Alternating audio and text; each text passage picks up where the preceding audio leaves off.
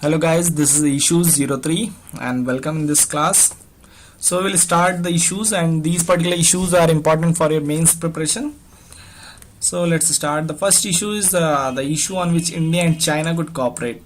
So for any country, you have to remember what are the areas in which we can cooperate and what are the areas in which we have divergences where we can fight with each other. So the cooperation between India and China you should know, because most of the people we know only about the differences between India and China. So India and China have a huge economy and they can have good relations in economics, because right now we have more than 100 billion trade.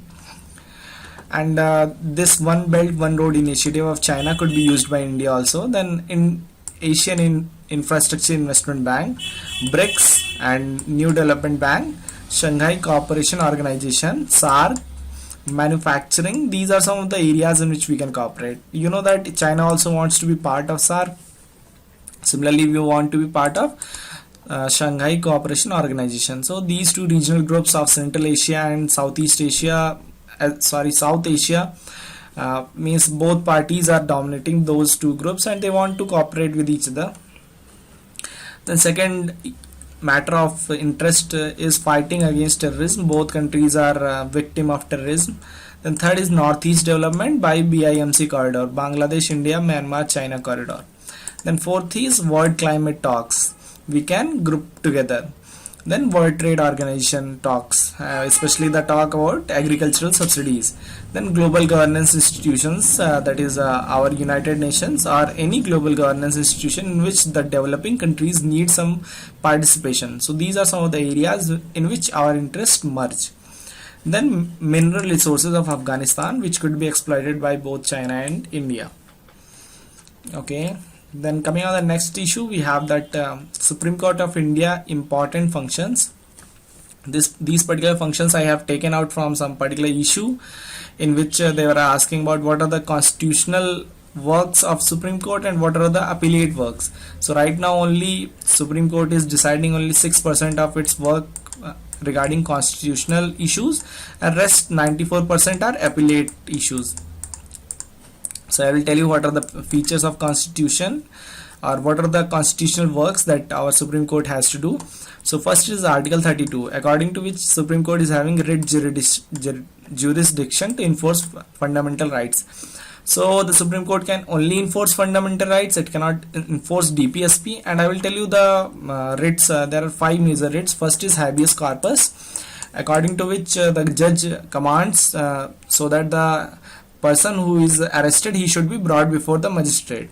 So habeas corpus is the first one. Then prohibition means the Supreme means any court can order lower courts or semi-judicial tribunal to stop their proceedings. So this prohibition is only allowed against judicial or semi-judicial institutions.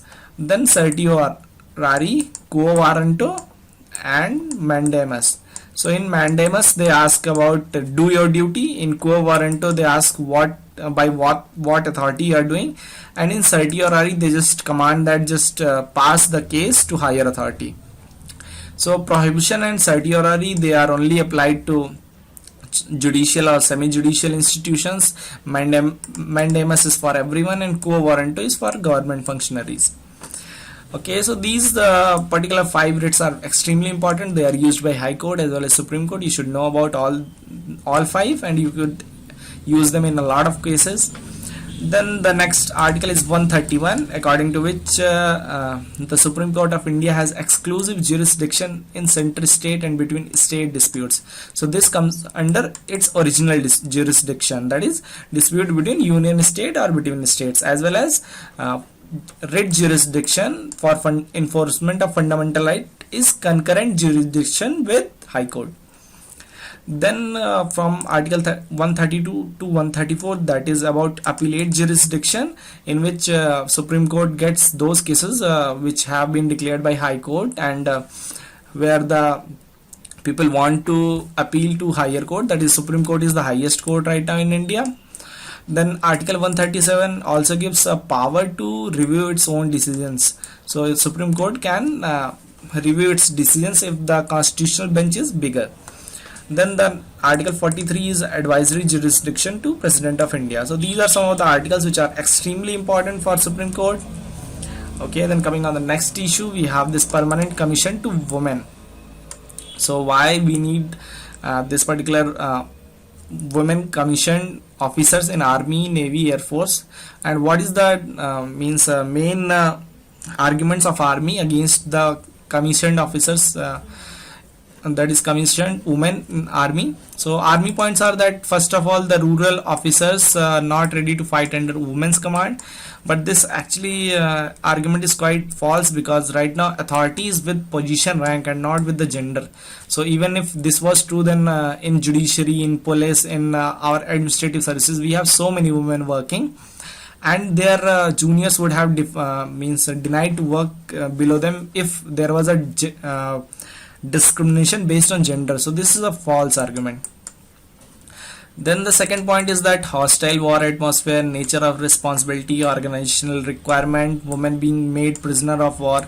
So these are some of the complexities which Army is showing that women may face, but also these all don't hold, because the women are as capable technically as men, and right now the war is more about technical rather than fighting on the battle on the ground, and women can hold all these responsibilities. And right now in Israel, New Zealand, and Australia, we have women who work in proper army. So I think these whole arguments are false, and right now women are allowed for 14 years short service tenure, so why not they should be allowed for permanent commission, that is 20 years. Then the next issue is Consumer Protection Act 1986. So this came in news because there were some amendments done in the CPA. So I will tell you the amendments. The first amendment was that district forum, that is the dispute settlement mechanism at the level of district. So its jurisdiction was up to 20 lakh rupees. So now that is increased to 50 lakh rupees. Okay. And also there will be appointment of mediators to settle disputes. So these are the two of the amendments which have been passed this year, and that's why this particular act becomes important. And also I will tell you what are the main features of Consumer Protection Act. So these are the features: right to be heard, informed, seek redressal against consumer exploitation, right to consumer education, and right to protection. So these are 5 and 6 main rights which have been given to the consumers by this particular act. And it forms two councils, Central Council and State Council. So the Central Council is chaired by the Minister of Consumer Affairs, as that is Union Minister, and State Council is chaired by the State Minister of Consumer Affairs. So these are the governing bodies which give directions to this dispute redressal agencies, that is District Forum, State Consumer Disputes Redressal Commission, and National Commission. So the National Commission can take cases up to 1 crore, and State Commission can take cases up to 50 lakhs, and the District Forum was allowed up to 20 lakhs. But now District Forum has its capacity has been increased from 20 to 50 lakhs. So right now District Forum can take up to 50. From 50 to 1 crore will be taken by state, and above 1 crore will be taken by National Commission, National Consumer Disputes Redressal Commission. So these are some of the points about CPA. Okay, then coming on the next issue, that is ART bill, that is Assistive Reproductive Technology bill. So according to ART, the women who provide the surrogacy services, they will be a law will be made on surrogacy. So why this particular surrogacy is famous in India? Why? Because the women are poor, first of all, so they need money. So we have a lot of women who are ready to work as a surrogate mother.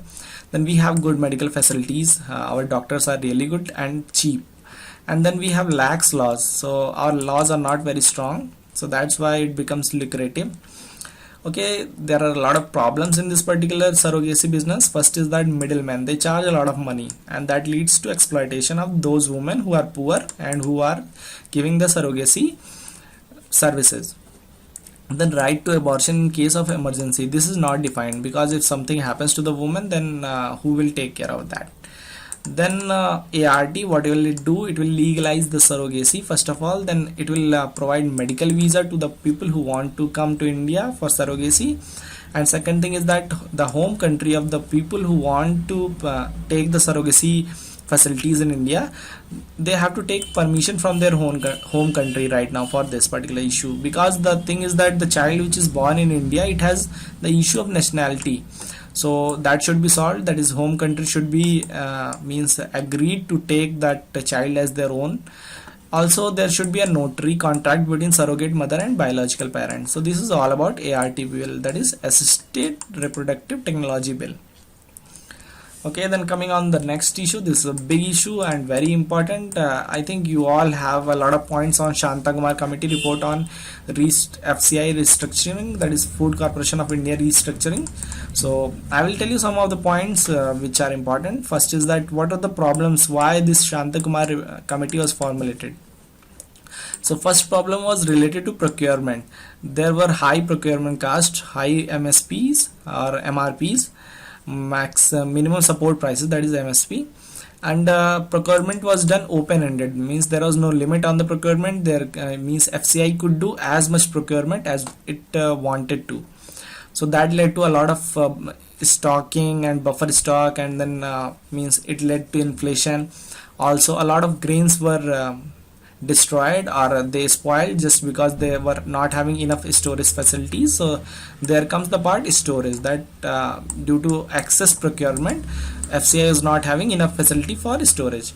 And then distribution, this is also flawed because there is a lot of leakage and corruption which is happening in FCI, and that leads to a lot of loss to the exchequer. Okay, so the solutions that Shanta Kumar has provided are that first, outsource procurement to state government. So right now that centralized procurement by FCI should be destroyed, and right now state government should be allowed to do that. Then the second particular recommendation is procurement payment reforms, that is warehouse receipt. So the farmers which store their grains in the warehouse, they should be given warehouse receipt, and on that receipt they can take loans or something else in order to have capital for the next crop. Then third recommendation is buffer stock reform. So there should be a fixed buffer stock, and there should be an automatic liquidation of excess stock. If you have compiled more grain than required, so you should just sell it. Then fourth is the storage reforms, that is there should be a lot of storage infrastructure should be made, and that should be made by PPP model, that is public private partnership model, and private participation is necessary, and the storage should be leased to these people, means they should be means focused to the private sector, should be incentivized to build the warehouses, and after that they will give that warehouse on rent to FCI. Then the fifth point is transport reforms, that is the container should be used instead of guinea bags, because guinea bags lead to a lot of pilferage. And then use mechanized forks instead of loaders, because some of the FCI loaders, they get more than 2 lakhs. Loaders, you know, those people who load the grain from ground to the vehicle or from vehicle to the ground, so they earn 2 lakhs to 4 lakhs per month because of institutionalized corruption as well as union trading. So FCI means Shanta Kumar has said that give them voluntary retirement. Then the next point is that direct cash transfer to farmer. Farmer means those persons from which the FCI is purchasing the food. So use Aadhaar Jan Dhan subsidy per hectare. Subsidy per hectare concept is that don't give MSP, better give money directly to the farmers as per hectare, and they have the freedom to decide which crop to grow, how much fertilizer to use. So just disband all the subsidies and give subsidies directly to the farmers. So this has been done in China. China gives around 10,000 rupees per hectare to every farmer, and they are free to grow whatever crop they want. So that will lead to better balance. We will have more pulses and oil seeds.